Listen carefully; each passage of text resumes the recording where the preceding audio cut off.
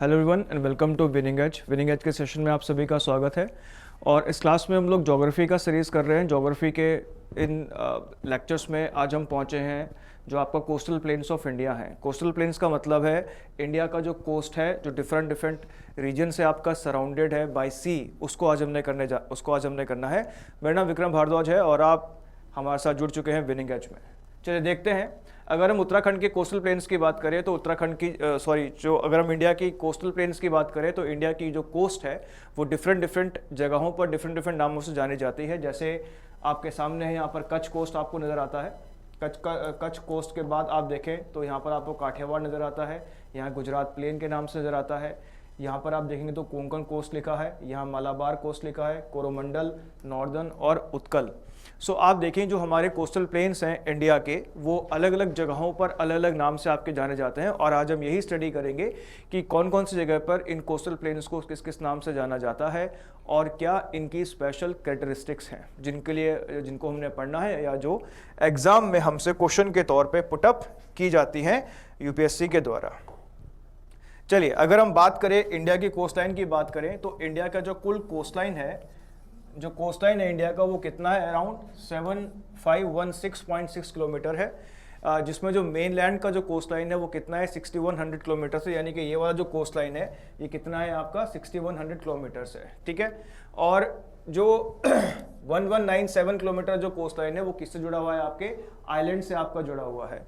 अब ये जो आपकी कोस्टलाइन है ये 13 स्टेट से आपकी है और 13 स्टेट प्लस यूटी से आपकी जुड़ी हुई है, जिसमें 9 स्टेट्स आते हैं और 4 यूनियन टेरिटरीज आपकी आती हैं। वो 9 स्टेट्स कौन से हैं जिनके साथ आपका बाउंड्री बनता है? तो these 9 states are Gujarat, Maharashtra, Goa, Karnataka, Kerala, Tamil Nadu, Andhra Pradesh, Odisha, west Bengal, ठीक है। और इसमें 4 यूटीज भी आपकी आती है, जिसमें अंडमान निकोबार आता है, लक्षद्वीप आता है, पुदुचेरी आता है, दमन एंड दीव आता है। तो अगर हम कोस्टलाइन की बात करें तो गुजरात से लेकर बंगाल तक का जो रीजन है, इसकी जो कुल लेंथ है, इसको इंडियन कोस्टलाइन कहा जाता है। इसकी जो कुल लेंथ है वो अराउंड 7516.716 किलोमीटर्स आपकी इसकी लेंथ है। जिसमें जो आपकी मेन बाउंड्री है, this is the main land है हमारा, इस मेन लैंड का जो टोटल लेंथ है वो 6100 किलोमीटर्स है। और जो रिमेनिंग जो आइलैंड है such as Andaman Nicobar and Lakshadweep, इसका जो कोस्टलाइन है वो कितना है? 1197 किलोमीटर्स है। ये था इंट्रोडक्शन किसके बारे में? हमारी कोस्टलाइन के बारे में। और आपसे क्वेश्चन एग्जाम में आता है कि फाइंड द ऑड वन। आपसे कभी कोई क्वेश्चन आता है कि फाइंड द ऑड वन, तो जो स्टेट आपकी कोस्टल बाउंड्री बनाते हैं उनका नाम दे दिया जाता है। एक स्टेट ऐसा होता है जिसको जो कोस्टल बाउंड्री या जो आपकी कोस्ट से क्या नहीं करता है, कोस्टल बाउंड्री आपका नहीं बनाता है, उसको वो ऑड वन मान लिया जाता है, उसको आपने फाइंड आउट करना होता है। तो इस तरह के क्वेश्चन आपको इस टॉपिक से आपके आ जाते हैं। इसके साथ ये भी पूछ लेता है कि कौन से स्टेट्स या कितने स्टेट्स आपकी कोस्टल बाउंड्रीज बनाते हैं या कितने यूटीज कोस्टल बाउंड्रीज बनाते हैं। इस तरह से भी आपसे क्वेश्चन यहाँ पे पुटअप कर लिया जाता है, ठीक है। जो कोस्टल प्लेन है इंडिया के वो 2 पार्ट्स में आपके डिवाइड होते हैं। जो कोस्टल प्लेन है इंडिया के वो 2 पार्ट्स में डिवाइड है। ये हैं आपके वेस्ट कोस्टल प्लेन्स और इस साइड रहते हैं आपके ईस्ट कोस्टल प्लेन्स। तो वेस्ट कोस्टल प्लेन्स और ईस्ट कोस्टल प्लेन्स में हमारे जो कोस्टल प्लेन्स है उसको डिवाइड किया गया है। और ये दोनों के दोनों जो ईस्ट और वेस्ट कोस्टल प्लेन है कहाँ मिलते हैं आपस में? कन्याकुमारी में मिलते हैं, ठीक है। इंडिया का एक वास्ट एक्सटेंडेड आपका क्या है? लैंड आपका सी बाउंड्री है। और इस सी बाउंड्री को आप वेस्ट कोस्टल प्लेन और ईस्ट कोस्टल प्लेन में डिवाइड करते हो और दोनों के दोनों कोस्टल प्लेन्स आपस में कहाँ मिलते हैं? आपके कन्याकुमारी में मिलते हैं, ठीक है। इसके बाद ये और भी डिफरेंट पार्ट्स में आपके डिवाइडेड हैं, देखते हैं। तो जो वेस्टर्न कोस्टल प्लेन्स हैं उनको कितने पार्ट्स में डिवाइड किया जाता है? तो वेस्टर्न कोस्टल प्लेन पहले हम कर रहे हैं। और वेस्टर्न कोस्टल प्लेन कहाँ से स्टार्ट होते हैं? रन ऑफ कच्छ से लेकर कन्याकुमारी तक आपके फैले हुए हैं। ये नैरो आपके प्लेन से जिनका जो एवरेज जो आपका विड्थ है वो कितना है? Around 65 kilometres. अगर हम इनका डिवीजन करें तो गुजरात प्लेन, कोंकण प्लेन्स, कन्नड़ या कर्नाटका कोस्ट प्लेन्स, उसके बाद आपका मालाबार प्लेन। तो हम देखें कि जो वेस्ट साइड का कोस्टल प्लेन्स है उसको बड़े बड़े कितने पार्ट्स में डिवाइड किया जाता है? आपके 4 पार्ट्स में डिवाइड किया जाता है, starting from Rann of Kutch till the very edge of Kanyakumari तक, ये 4 पार्ट्स में बटे हैं, 4 भागों में बटे हैं। सबसे नॉर्दर्न है गुजरात का प्लेन, उसके बाद है आपका कोंकण प्लेन, उसके बाद है आपका कर्नाटका प्लेन, और उसके बाद है आपका मालाबार प्लेन। ठीक है, तो एक एक करके सबको देखते हैं। सबसे पहले है कोस्टल प्लेन ऑफ गुजरात। तो ये गुजरात का मैप है, आप देखेंगे कि यहां से लेकर यहां तक का पूरा रीजन गुजरात कोस्टल प्लेन्स आपका कहलाता है। अगर हम देखें तो इसको यहां पर भी डिफरेंट पार्ट्स में डिवाइड करते हैं। यहां पर इसको कहते हैं कच्छ कोस्टल प्लेन, ये जो रीजन है यहां पर ये कहलाता है पोरबंदर कोस्टल प्लेन्स, ये वाला रीजन में ये कहलाता है गिरनार, ये वाले रीजन में ये कहलाता है गोहेलवाड़, और ये वाले रीजन में ये कहलाता है गुजरात प्लेन्स। तो जो गुजरात के कोस्टल प्लेन्स हैं वो मोटे मोटे कितने पार्ट्स में डिवाइडेड हैं? आपके 5 पार्ट्स में डिवाइडेड हैं। सबसे ऊपर स्टार्ट करते हैं, जो ये वाला रीजन है जहाँ पे कच्छ का रण है, लिटिल रन, ग्रेट रन, यहाँ पर जो रन ऑफ कच्छ है वहां से प्लेन स्टार्ट होते हैं, और जो रन ऑफ कच्छ वाला प्लेन है उसको कच्छ कोस्टल प्लेन का नाम दिया जाता है। उसके बाद पोरबंदर प्लेन, ये जो रीजन है ये एक पेनिनसुला है, इसको काठियावाड़ पेनिनसुला कहते हैं।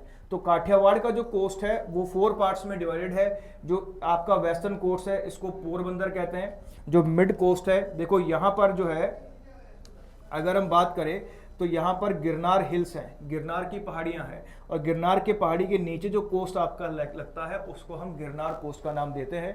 उसके बाद आपका आता है गोहेलवाड़ कोस्ट, और उसके बाद लास्ट में आता है आपका गुजरात प्लेन्स। तो अगर हम गुजरात के प्लेन्स की बात करें तो it is broadly divided into 5 parts. जो नॉर्दर्न मोस्ट पार्ट है उसको कच्छ द प्लेन्स या the coastal planes of Kutch कहते हैं। उसके बाद आपका पोरबंदर, जहां से काठियावाड़ पेनिनसुला स्टार्ट होता है, उसका जो आपका वेस्टर्न पार्ट है इसको पोरबंदर कहते हैं।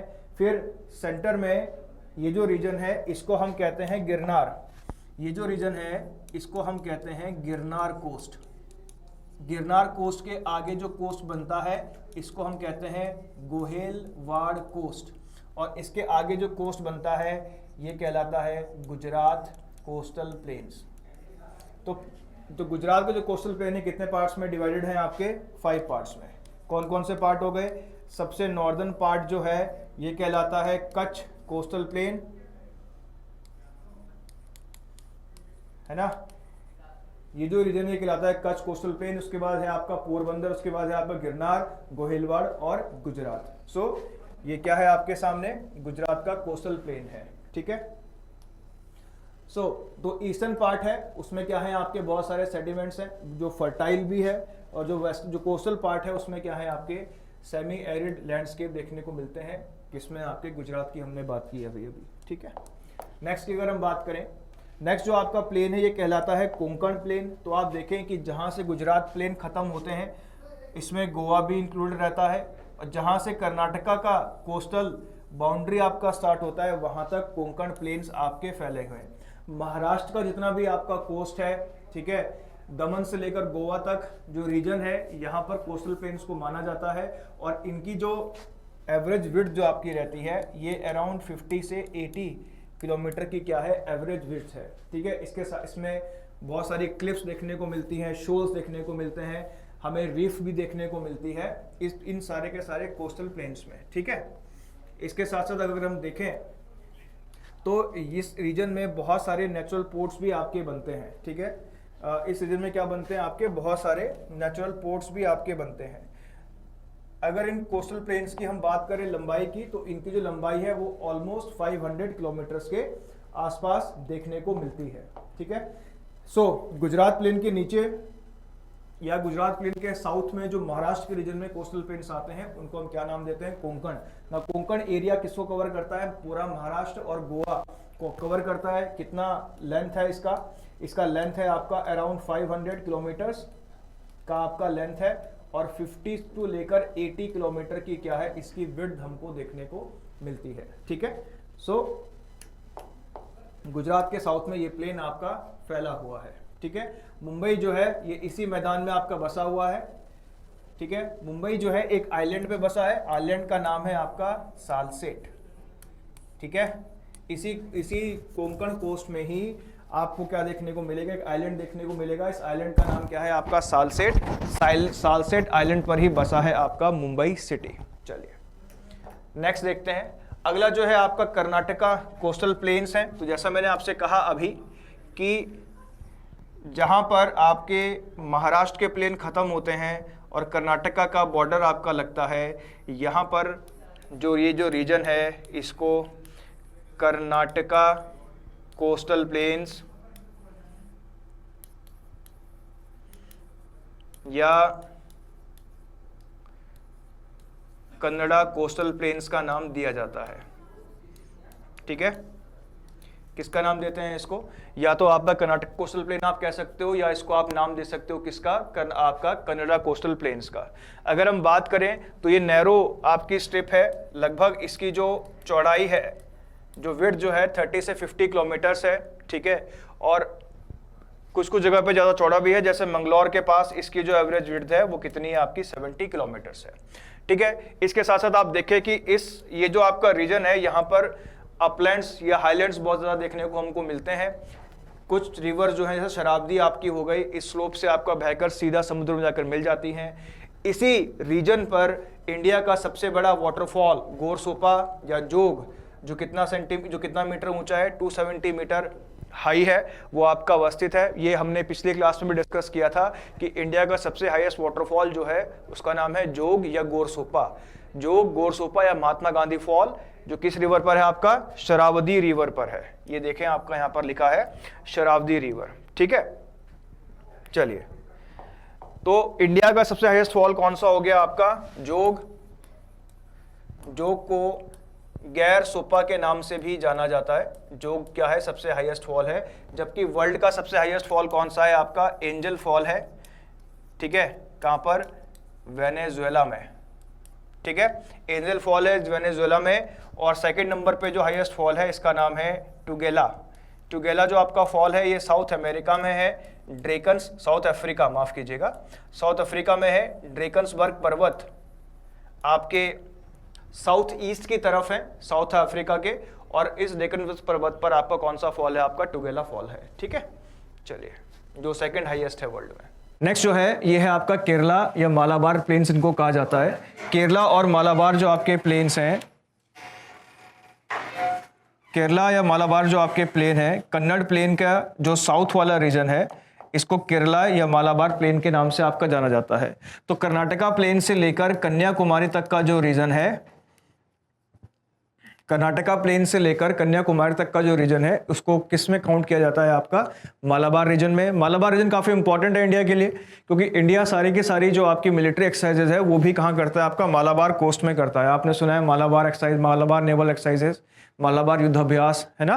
तो यहीं पर इंडिया करता है आपका सारे के सारे आपके नेवल एक्सरसाइजेज आपका करता है। इसके साथ साथ अगर हम देखें तो जो मालाबार का कोस्ट है वो ज़्यादा वाइडर है कर्नाटका कोस्ट से। इसके साथ साथ मालाबार के रीजन में बहुत सारे लेगून्स और बैक वाटर लेक्स भी आपकी पाई जाती हैं।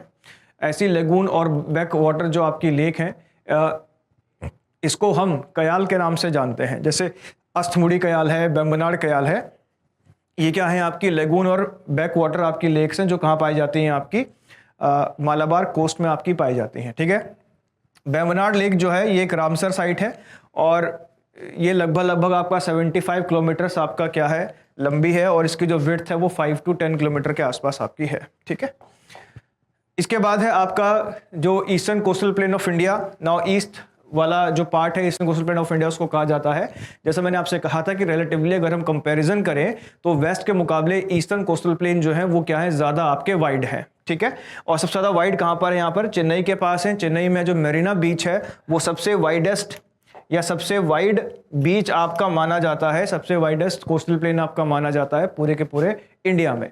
अगर हम बात करें तो ईस्टर्न कोस्टल प्लेन 3 पार्ट्स में आपके डिवाइडेड हैं, उत्कल, आंध्रा या नॉर्दर्न, और दूसरा है आपका कोरोमंडल।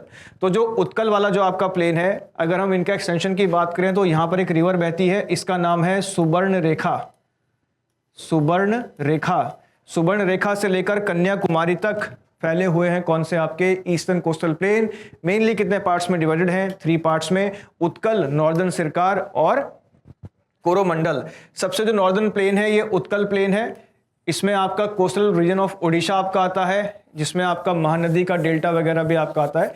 जो उड़ीसा का जो कोस्टल रीजन है वो इसके अंतर्गत आता है, महानदी का डेल्टा इसके अंदर आता है। और जो चिल्का लेक है, ठीक है। चिल्का एक लगून है। लगून क्या होता है? देखो, कोस्टल रीजन में जब लहरें आपकी आती हैं तो अपने साथ सेडिमेंट्स लेकर आती हैं। कभी कभी ये जो लहरें हैं इन सेडिमेंट्स को समुद्र के किनारे इस तरह छोड़ने लगती हैं, और जब इन सेडिमेंट्स को आपका छोड़ती है तो यहाँ पर एक लेक जैसी कंडीशन आपकी बन जाती है, और इसी कंडीशन को हम क्या नाम देते हैं, या इस प्रकार बनी झील को हम क्या नाम देते हैं? लैगून कहते हैं। तो लैगून क्या है? डिपोजिशन की या सेडिमेंटेशन की प्रक्रिया से, सेडिमेंटेशन के प्रोसेस से जो आपकी कोस्टल रीजन्स में लेक बनती है उनको हम क्या नाम देते हैं? आपको लगून का नाम देते हैं। और चिल्का जो है ये इंडिया का क्या है? सबसे बड़ा लगून है। चिल्का क्या है? इंडिया का सबसे बड़ा लगून है। और कौन से कोस्टल प्लेन्स में है? आपके उत्कल कोस्टल प्लेन्स में है।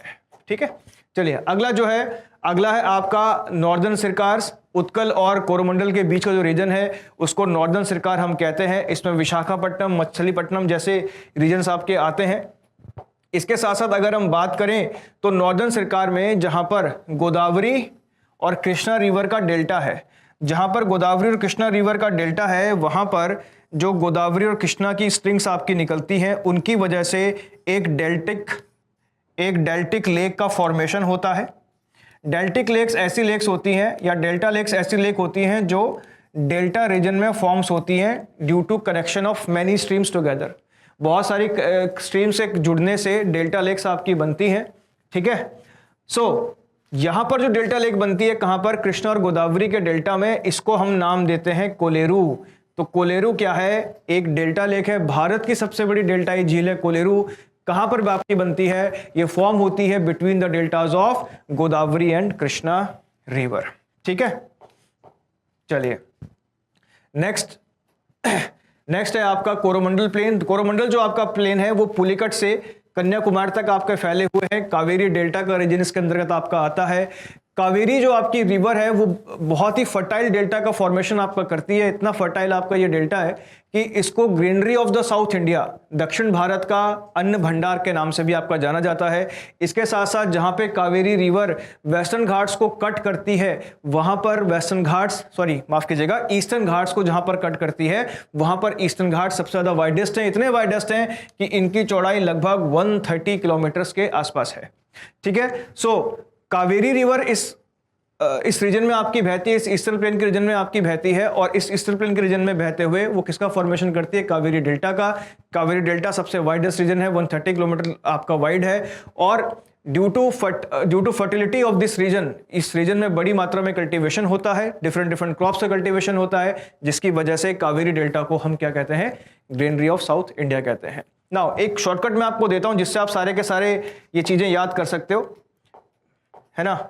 बचपन से हम इसको पढ़ते हुए आ रहे हैं, लेकिन आज मैं दिखाऊंगा आपको कि इसका इंप्लीमेंटेशन कहाँ है। वैसे तो इंप्लीमेंटेशन सेंटिमेंटल है। जो वर्ड्स हैं हमारे एंथम के वो हमारे लिए बहुत सेंटिमेंटल हैं, बट यहाँ पर एंथम का आपने इस्तेमाल करना है किसके लिए? इंडिया के कोस्टल बाउंड्रीज को पढ़ने के लिए। और कोस्टल बाउंड्रीज की अगर हम बात करें तो देखो नेशनल एंथम क्या बोलता है? पंजाब, सिंध, गुजरात, मराठा, द्राविड़, उत्कल, बंगा। तो पंजाब, सिंध, गुजरात, मराठा, द्राविड़, उत्कल, बंगा, है ना। तो पंजाब, सिंध, गुजरात का मतलब हो गया गुजरात के प्लेन, जिसमें हमने पढ़ा कच्छ, पोरबंदर, गिरनार, गोहेलवाड़ और आपका गुजरात। उसके बाद हमने पढ़ा मराठा का मतलब क्या है? कोंकण के बाद पढ़ा हमने द्रविड़ का मतलब क्या है? Malabar, Coromandel coast, northern Sircar. और उत्कल का मतलब है उत्कल यानी कि उड़ीसा का कोस्ट, और बंग का मतलब है बंगाल।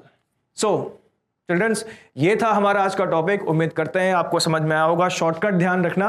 वैसे शॉर्टकट ऐसा नहीं है कि आप भूल सको। बचपन से हम सेंटिमेंटली इस एंथम के साथ जुड़े हुए हैं और आप कभी भूलोगे नहीं जब भी आप क्या पढ़ोगे? The coastal planes of India पढ़ोगे। मेरा नाम है विक्रम और जुड़े रहिए हमारे साथ विनिंग एज में इस तरह के और लेक्चर के लिए। आज के लिए इतना ही। थैंक यू, धन्यवाद।